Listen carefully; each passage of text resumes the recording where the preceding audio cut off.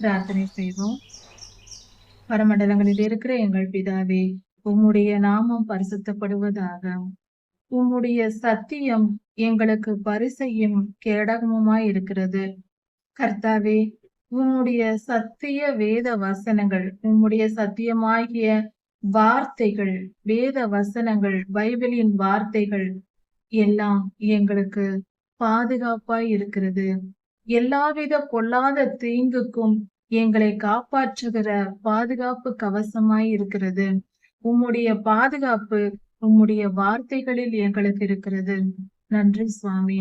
எவ்வளவாய் எங்கள் மேல் கிருபை கூர்ந்து, எங்கள் மேல் அன்பு கூர்ந்து நீர் இந்த பாக்கியத்தை எங்களுக்கு கொடுத்திருக்கிறீர். எங்களை இவ்வளவாய் நீர் பாதுகாத்து கொள்ளுகிறீர். நீர் எவ்வளவு நல்லவர், நீர் எவ்வளவு பரிசுத்தர். உம்முடைய நாமம் பரிசுத்தப்படுவதாக. சர்வ வல்லமையுள்ள தேவனே, உம்முடைய சத்தியமாகிய வேத வசனத்தை எங்களுக்கு கொடுத்து எங்களை நீர் வழி நடத்தி வருகிறீர். அதற்காக நன்றி செலுத்துகிறோம். ஆண்டவரே, நாங்கள் வேதத்தை தியானிக்கும் போது அன்பின் ஆவியானவர் தாமே எங்களுக்கு இடைப்பட்டு எங்களுக்கு போதித்து எங்களுக்கு விளக்கம் சொல்லி வேத வசனங்களை எங்களுக்கு புரிய வைத்து அதன்படி நடப்பதற்கு தேவையான உணர்வையும் எங்களுக்கு தந்து வழி நடத்த வேண்டும் என்று கெஞ்சுகிறோம்.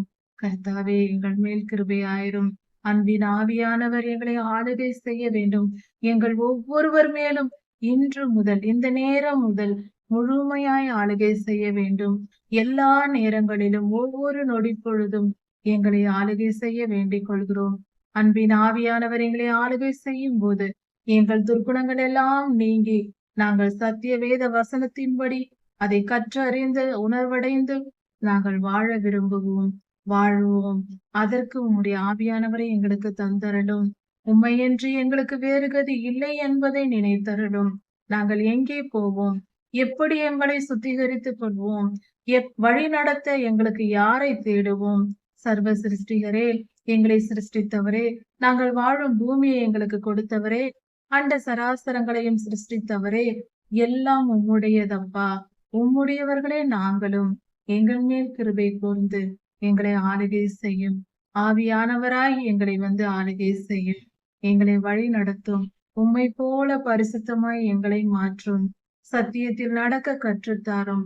நீர் இந்த பூமியில் வாழ்ந்த போது ஒரு குற்றமும் செய்யாமல் வாழ்ந்தீரே, அதுபோல எங்களையும் மாற்றும். உம்முடைய நாமம் மகிமைப்படுவதாகும்.